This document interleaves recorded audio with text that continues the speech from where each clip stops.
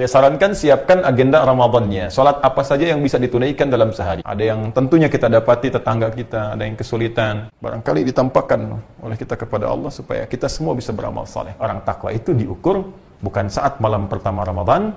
Takwa diraih bukan saat hari kedua, hari ketiga sampai selesai Ramadan, tapi sampai kita jaga hingga ajal kita tiba saat kembali kepada Allah. Apa itu aktivitas takwa? Kita rinci. Mari kita lihat ketika Allah menyebutkan bentuk takwa dalam Al-Quran. Mau orangnya, ya, mau perintahnya, pekerjaannya, mari kita lihat. Ternyata orang-orang yang berhasil menjadi takwa adalah orang-orang yang terbiasa melatih diri dengan aktivitas yang disebut dengan amal soleh itu. Apa diantaranya? Mari kita lihat. Ya, kalimat takwa pertama Al-Baqarah ayat kedua. Dzalikal kitabu la raiba fihi hudal lil muttaqin. Ya. Ini Al-Qur'an, jangan diragukan. Dia berasal dari sumber yang sangat jauh dari apa yang kita bayangkan. Jangan nuduh sembarangan kalau nggak punya hujjah. Maka ia akan jadi petunjuk bagi orang takwa. Siapa orang ini? Apa aktivitasnya? Apa pekerjaannya? Sehingga disebut oleh Allah sebagai orang takwa. Aktivitasnya apa? Maka dirinci di ayat 3, ayat 4 sampai mendapatkan di kebahagiaan ayat 5-nya. Alladzina yu'minuna bil ghaib wa yuqimunas shalah. Yaitu orang-orang yang terus meningkatkan imannya. Tuh, dasarnya iman dulu. Ya, wa yuqimunas shalah. Maka ia berusaha mendirikan salat dengan sempurna. Aktivitasnya, lihat, tak kerja bermakna aktivitas. Apa di antara aktivitas takwa itu? Salat. Wa mimma razaqnahum yunfiqun. Infaq. Ya? Walladzina yu'minuna bima unzila ilaik. Dan mereka yakin terhadap apa yang diturunkan kepadamu Muhammad sallallahu alaihi wasallam. Apa yang diturunkan kepada Nabi Muhammad? Al-Quran. Tuh. Kasih contoh lagi 3. Ini aktivitasnya. Tadi kan, orang salat itu bagian dari takwa. Kesimpulan terbaliknya, maka orang takwa itu punya aktivitas. Apa pekerjaannya? Rajin salat, rajin infak, ya, rajin berinteraksi dengan Al-Quran. Ini baru 3 kita turunkan. Ya. Karena itu saat Ramadan, aktivitas ini pasti banyak muncul. Silahkan cek. Salatnya pasti akan meningkat. Mohon izin. Ketika kita belum masuk Ramadan, mungkin sebagian orang hanya berusaha menjaga salat fardunya. Yang penting 5 waktu nggak tinggal. Belum tentu dia duha, belum tentu syuruk, belum tentu tahajud. Ya kan? Belum tentu rawatib sempurna. Tapi dahsyatnya Ramadan bisa menjadikan seseorang sampai begitu perhatian pada salat sunnahnya. Bahkan ini musim-musim sekarang, PSBB ini, ya, yang kita diminta dengan segala keterbatasan kita untuk mengerjakan aktivitas di rumah. Itu pun yang difikirkan, Masya Allah, tarawihnya. Pada tarawih sunnah kan? Ini sangat menarik gitu, tarawihnya. Nah, jadi dahsyatnya Ramadan itu bisa meningkatkan kualitas ibadah. Jangankan yang fardu, sunnah bisa meningkat. Ini, salat. Jadi teman-teman sekalian, ketika kita masuk pada bulan Ramadan, kutiba alaikumus shiyam, maka Allah akan melatih kita untuk meningkatkan kualitas dan kuantitas salat kita. Karena itu bentuknya menggunakan takun, salah satunya dengan menggunakan pemaknaan waktu sekarang. Sekarang di sini konteksnya masuk Ramadan. Di orang takwa itu, begitu masuk bulan Ramadannya, insya Allah bila tidak ada halangan kita mulai esok hari Jumat, ya begitu masuk sekarang, karena konteks ayat ini ayat tentang Ramadan, dimulai puasanya. Jadi begitu masuk bulan Ramadan, dia berusaha meningkatkan ibadah salatnya. Ini pertama. Jadi kalau Anda ingin lihat apakah Anda termasuk kandidat peraih orang takwa atau tidak, kandidat yang masuk dalam kategori berhasil puasa atau tidak, lihat nanti, mulai malam. Saat masuk berganti waktu ke maghrib, naik, mulai masuk malam Ramadan, malam pertama. Ya, maka kita cek nanti, ada nggak ibadah salat di malam harinya? Cek, oh ada ternyata.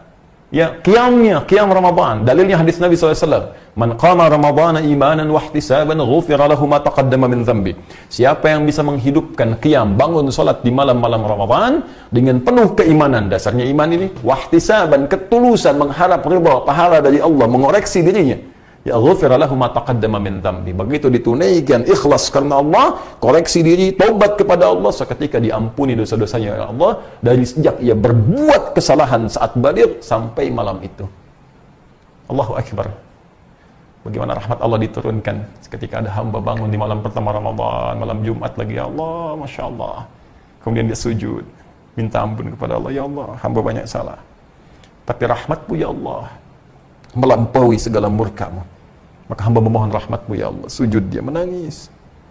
Ketika kemudian dia memohon turun ampunan Allah, terbayang, walaupun ajal tiba pada saat itu, kemudian dia wafat di malam pertama, dia sudah mendapatkan ampunan Allah Subhanahu wa Ta'ala dari semua dosanya. Dan dia punya amalan pertama kali sujud, yang jadi kebanggaan di hadapan Allah. Bukankah kita dimuliakan dengan sujud itu? Ya, bukankah perkara sujud yang mengangkat kita dan merendahkan syaitan? Iblis tidak mau sujud, ya, sedangkan kita mau sujud di hadapan Allah. Dan dengan sujud itu malaikat diperintahkan untuk hormat kepada Adam alaihissalam. Jadi kalau manusia pernah punya amalan sujud, maka itu jadi salah satu kebanggaan di hadapan Allah Subhanahu wa Ta'ala. Karena itulah sujud yang kita lakukan dalam salat menjadi amalan pertama yang akan dihisab di hadapan Allah Subhanahu wa Ta'ala.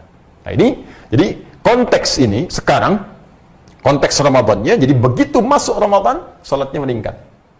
Nah, karena itu coba siapkan dari sekarang.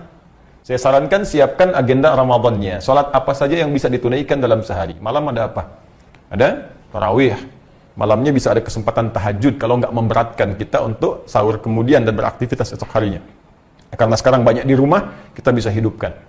Ya, kemudian masuk keesokan harinya 2 rakaat sebelum subuh, ya.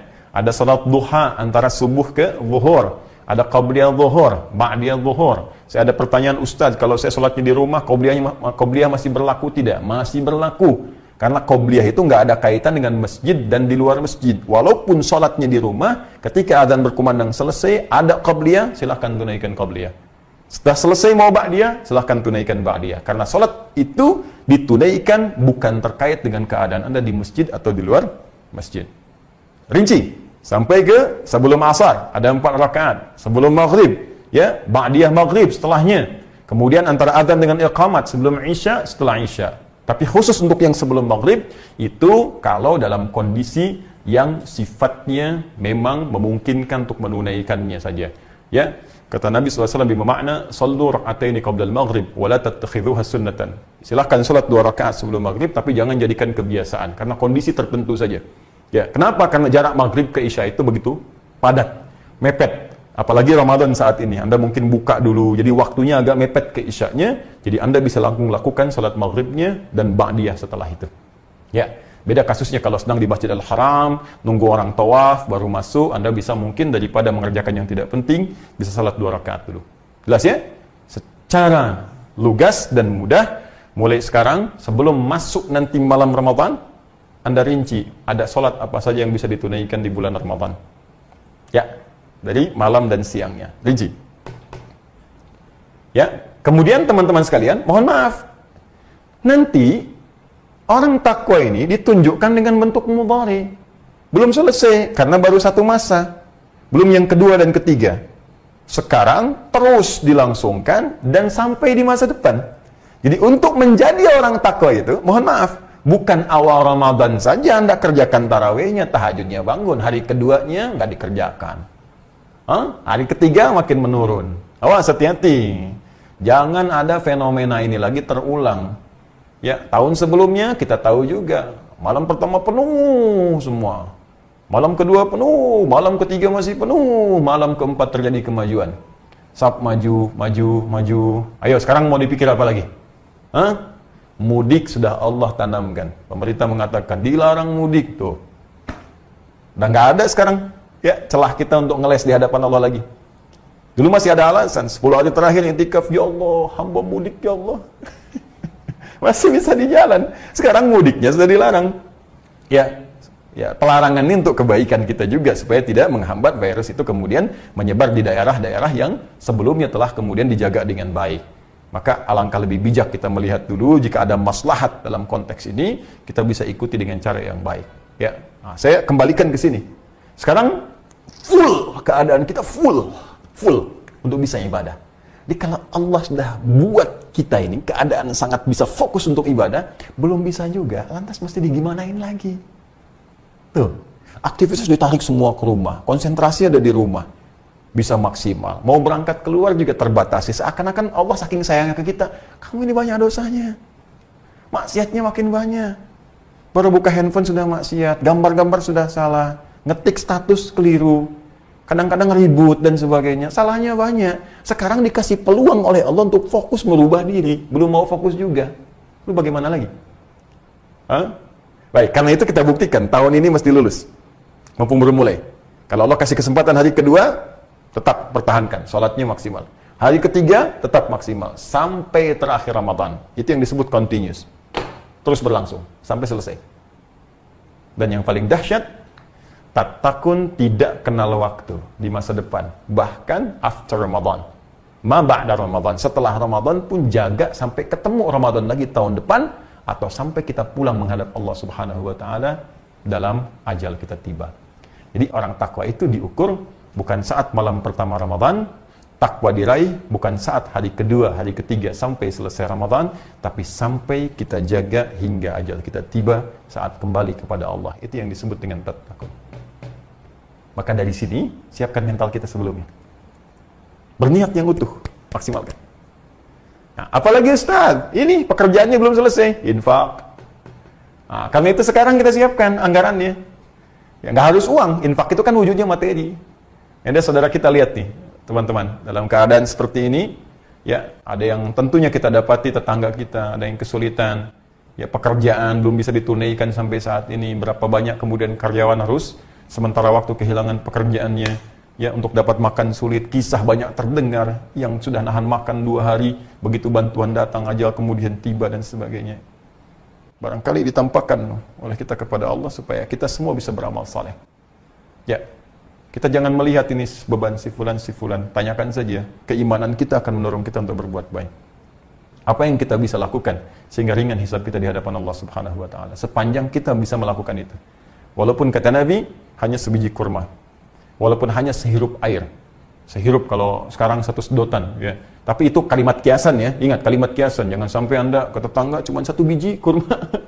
Ya, 1 sedot. Sudah itu ambil lagi katanya. Kok cuma 1 sedot? Hadis Nabi Pak, maaf. Bukan. Ya, itu Anda yang belum paham. Jadi itu gambaran kata kiasan. Saking pentingnya berbagi khususnya di bulan Ramadan untuk melatih kita. Dan pertahankan itu. Jadi kalau Anda lulus pada Ramadan, maka akan tumbuh sifat tawadhu, sifat dermawan, tidak rakus dengan dunia. Wah, kalau udah bisa ngalahin dunia enak deh pokoknya. Nggak ada beban. Ya, nggak tekanannya nggak tinggi. Jadi banyak orang tertekan itu karena kalah oleh dunia. Jadi ingin mendapatkan sesuatu, kadang-kadang yang belum dibutuhkan. Banyak yang aneh manusia itu. Ya, Anda itu, saya, kita tidak dihisab untuk yang besok. Dihisab tuh yang sekarang. Ngapain Anda banyak mengerjakan untuk yang besok? Merencanakan tuh harus, tapi memberikan beban untuk sesuatu yang belum tentu Anda dapatkan dan Anda kerjakan untuk apa? Maka nikmati kehidupan. Allah atur rezeki kita, Allah atur ibadah kita. Kenapa kemudian kita ikut mencari sesuatu yang belum diatur?